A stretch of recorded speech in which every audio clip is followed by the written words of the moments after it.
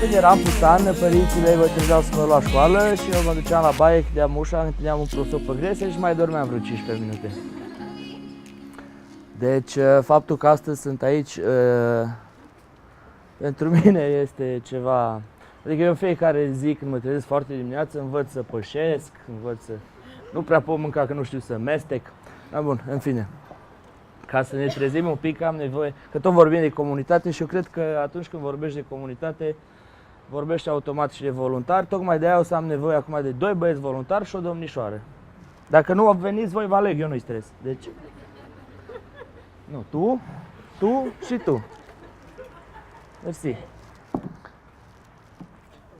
Vă rog, haideți voi doi aici. Tu ești actorul principal, Claudiu. Așa, bun. Dar nu sta jos, tată, lasă. Te rog doar să iei scaunul ăsta, să-l duci până acolo în colț și să-l aduci înapoi. Ați observat că scaunul e roz, da? Hai și înapoi, duci, da, așa. Bun, acum o să te rog pe tine să-l ajuți. Duceți scaunul ăsta tot așa, numai că o să încercați să-l învârtiți cum vă vine vouă în cap, da? Dar învârtiți-l constant, așa. Stânga, dreapta, jos, sus. Da, bun, adu-l înapoi, tot așa învârtindu-l. Acum te rog să te așezi pe scaun. Acum duceți-o până acolo și aduceți-o înapoi. Op, a semnat protecția muncii. Ma bun, actorul principal, vă mulțumesc, tu așa, Claudiu rămâi. Scaunul jos pleacă, ursulețul poți să te pui înapoi. Când ți s-a părut cel mai greu? Când trebuia să învăț scaunul. Când trebuia să învăț. Nu, glumesc. Așa. Ce înseamnă comunitate? Mulțumesc mult. Am făcut 3 faze, da? De obicei, un om singur poate să facă destul de multe lucruri, dar la un moment dat s-ar putea să nu mai poți, dat fiind faptul că e mult mai greu pentru un singur om să facă. Atunci intervine comunitatea și prietenii. Dacă comunitatea sau membrii acelei comunități nu sunt sincronizați foarte bine, ați văzut că în momentul în care eu încercat să învârtă scaunul într-o parte sau alta, nu le-a ieșit din prima. Da, dacă lucrează, este ce trebuie. Dar cel mai nașpa lucru într-o comunitate e când o parte din membrii sunt implicați și unul stă și nu face nimic. Ai fi vrut să-l cari pe el, tu? Hai că reluăm exercițiul. Asta înseamnă pentru mine comunitate. Deci pe lângă definiția de bază în care o comunitate este formată de mai mulți oameni care au același sistem de valori și bla bla bla. Nu înseamnă nimic comunitatea dacă membrii acelei comunități nu fac ceva activ pentru ea. Așa am început noi cu Beer Brothers și tot ce am făcut noi până acum, dacă nu am avea suportul și sprijinul oamenilor din comunitate, n-ar fi însemnat nimic. Noi când am început, acum să fim foarte serioși, noi am fost foarte realiști la început. În momentul în care îți faci un ONG format din bărboși și tatuați, nu prea prezinți încredere, adică nu poți să mergi la Banca Transilvania, că e acolo în spate, să zici dă-mi 100.000 de euro și directorul o să zică da, acești bărboși o să gestioneze foarte bine fondurile astea. Poftim. Și atunci am mizat să... Am mizat pe oameni. Și ce am făcut? Prima noastră campanie, noi n-am avut niciun fel de experiență, vă garantez. Nici măcar nu știam ce înseamnă la ONG. Deci noi când ne-am dus să ne facem ONG, ne-am întâlnit cu o doamnă avocat care ne-a spus că trebuie să avem un statut și întrebarea noastră a fost ce e ăla. Zic că trebuie să scrieți pe foaie ce vreți să facem. Ce vreți să faceți? Păi noi vrem să facem bine. O zis că nu există termenul legal bine. Ce e amuzant, există termen legal plus altele. Adică am avut o listă cu chestii și la sfârșit era plus altele și era perfect normal. Legal. Bun, revenind, am vizat pe oameni și atunci clar nu am cerut haine, efectiv. Am postat noi pe Facebook și surprinzător comunitatea a reacționat foarte fain și a început lumea să ne aducă foarte multe haine. Acum poate că, nu știu dacă știți, dar există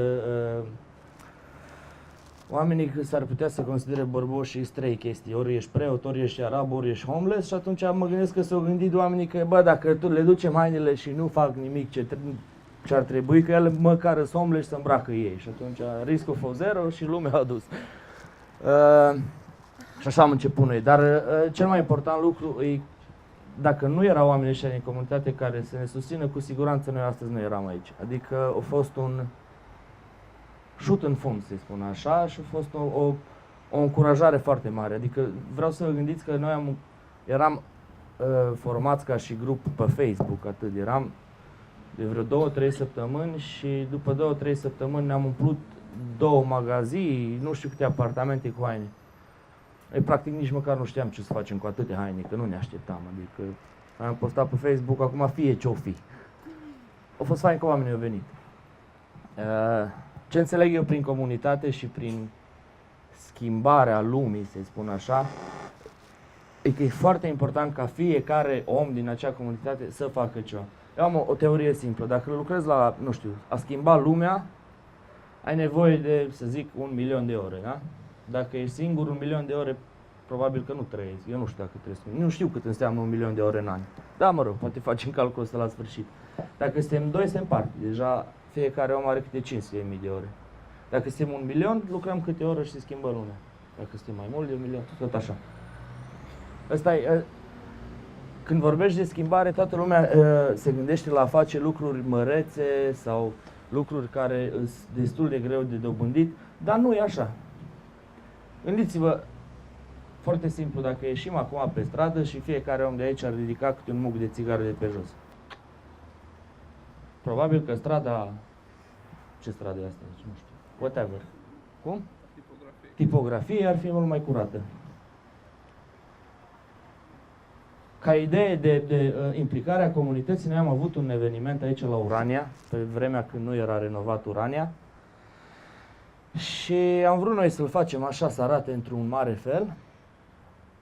Și am pus pe foaie ideile noastre creative și ne costa 5.000 de euro să amenajăm Urania. În condițiile în care, la momentul respectiv, targetul nostru era să strângem 8.000 de euro pentru o campanie. Și am zis simplu, bă, dacă avem 5.000 de euro, nu-i băgăm în amenajare, că îi dăm direct la campanie. Ce am făcut, în schimb, am făcut practic un necesar. Cu toate materialele care aveam nevoie.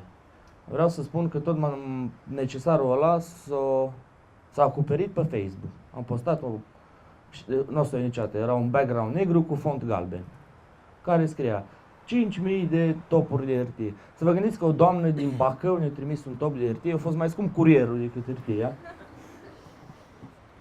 Și am reușit să amenajăm locul cum am vrut și am reușit să adunăm foarte multă lume și să și strângem fondurile pentru campania respectivă. Și asta numai datorită oamenilor. Comunitatea Bill Brothers înseamnă oameni de la 15 ani până la 47, elevi cu profesor, care sunt colegi, tată, fiu, care sunt colegi la noi și fac voluntariat. Înseamnă, nu știu, cea mai amuzantă fază e când puștanul ăla de 15 ani era cu nenea de 47, copilul de 15 ani așa mic și slab și ăsta e mare, bărbos, are o barbă, el a fost Moș Crăciun într-un an la zilele Clujului, la 1 decembrie. Și stăteau amândoi și lucrau cu chestie foarte mică și migăloasă. Aia a fost super șmecher, să vezi doi oameni total diferiți care lucrează pentru același scop. Să vezi cum omul, bărbosul tatuat, îl ascultă pe ăla micu și invers. Asta înseamnă comunitate din punctul meu de vedere. Ce am reușit să facem și facem în continuare, facem pentru comunitate. Am început de la strânge haine, astăzi am ajuns să...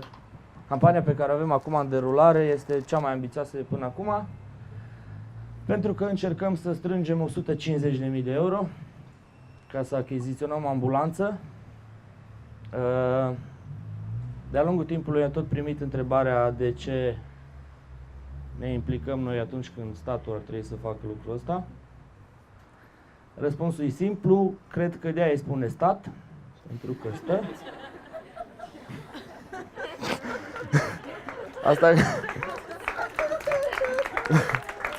Asta pentru că nu vrem să ne implicăm activ în politică și pentru că Răspunsul pe bune este pentru că fiecare om din comunitatea asta la un moment dat sperăm să nu aibă nevoie, dar s-ar putea să aibă nevoie de o ambulanță.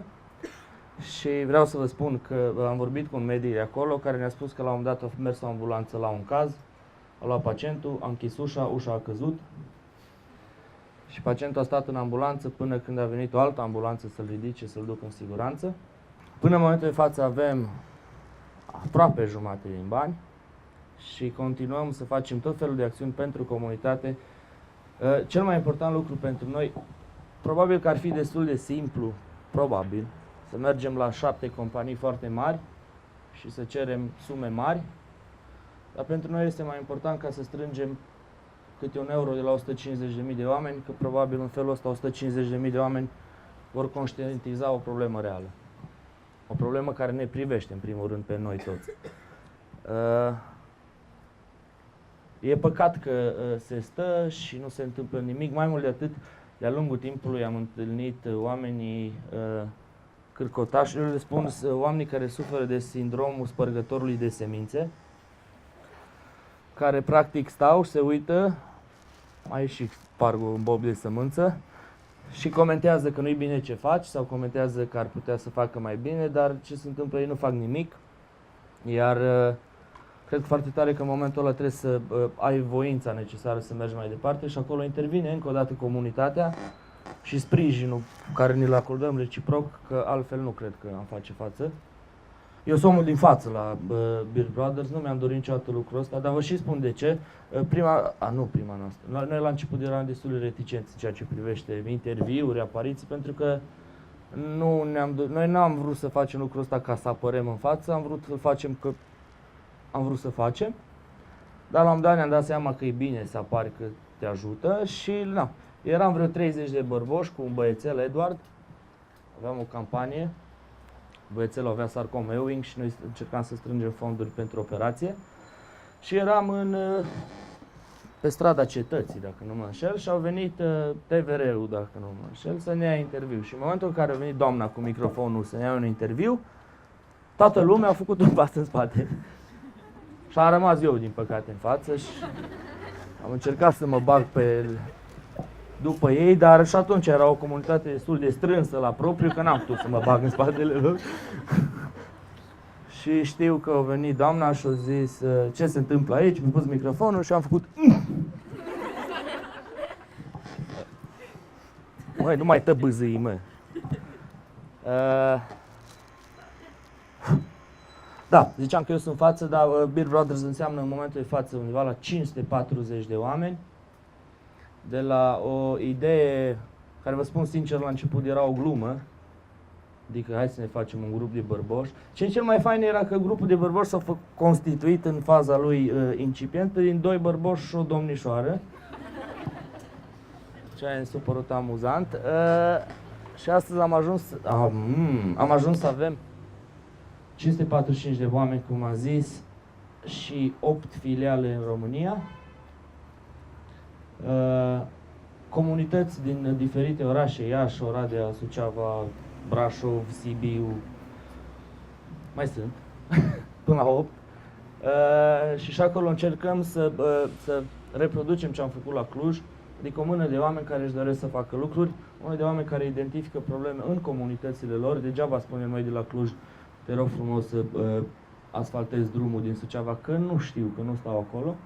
Atunci încercăm să încurajăm, să identifice ei problemele lor și să facă. Și ce e cel mai fain lucru, că nici oamenii ăștia n-au niciun fel de experiență, dar trag zi de zi, se frustrează, se enervează, se ceartă, plâng, dar până la urmă ajung la un rezultat. De exemplu, în Suceava sunt numai adolescenți de liceu. Vreo 40 de copii acolo, sunt super nebuni, deci eu nu le mai fac față. Deci, toată ziua cu idei, cu Cornel, știi, vrei să facem aia? Faceți! Da, e fain. E fain să vezi că se întâmplă, e fain să vezi că, nu știu dacă știți, dar tinerii din ziua de astăzi sunt destul de blamați, că nu fac nimic, că la. Eu nu cred deloc asta. Eu cred doar că de multe ori nu ai contextul necesar în care să te regăsești ca să faci acel ceva. și cred că noi am reușit cumva să creăm un context pentru tineri, pentru că motoul nostru era să facem voluntariatul cool. Și asta a venit dintr-o experiență proprie. Când eram în liceu am fost pus în fața unei alegeri, ori să fiu exmatriculat, ori să fac voluntariat. Am făcut voluntariat, bineînțeles, ca să nu mă bată mama. Dar ce a fost nasol e că eu am trăit niște experiențe super faine acolo, dar prietenii mei râdeau că îs fraier că lucrez pe gratis. Și bineînțeles că influențat de anturaj am renunțat să fac voluntariat. Și dar mi-a rămas aici undeva. Dar cum o chestie faină ai văzut atât de nașpa? Și așa am început, cu ideea asta am început. Cred că am reușit, cred că vrem să marșăm în continuare pe ideea că voluntariatul e o chestie cool, că comunitatea înseamnă oameni și că dacă noi nu, atunci cine? Era Fiț, dacă știți piesa aia mai de... Dacă nu eu, atunci cine? Cred foarte tare în unitatea între oameni, cred doar că trebuie să tragem destul de mult până să ajungem acolo. Sau să încercăm să ne identificăm valorile comune și să le scoatem cât mai tare în evidență. Ce-o pi, uite acolo? Bun, 5 minute mai am. Chiar ziceam la început că e nașpa să spun un om că mai ai 5 minute. Tu ce ai face dacă ți-a spune că mai ai 5 minute?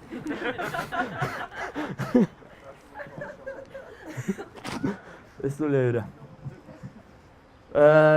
Pe lângă, salut Dan, pe lângă activitățile astea, ambulanță, noi ne-am implicat destul de mult. În ultima perioadă ne implicăm destul de mult în zona medicală, pentru că considerăm că educația și sănătatea sunt cam cei mai importanți piloni într-o societate. Am văzut mult prea multe lucruri nașpa, dar asta cumva ne-a motivat să încercăm să schimbăm lucruri. Am fost în centre de transfuzie, am făcut campanie de donare de sânge și au venit foarte mulți oameni și oameni de acolo au trimis oameni acasă pentru că nu aveau suficientă aparatură să stocheze sângele. Atunci ne-am gândit, hai că facem altfel, hai că vă luăm aparatură, după care chemăm din nou oamenii, am făcut lucrul ăsta. Am fost în secția de pediatrie 3, etajul 2, să vedem cum niște copii stau în niște condiții absolut mizere, cu mucegai, cu grupuri sanitare infecte.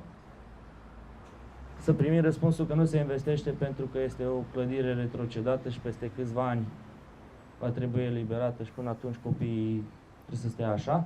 Am renovat complet acel etaj.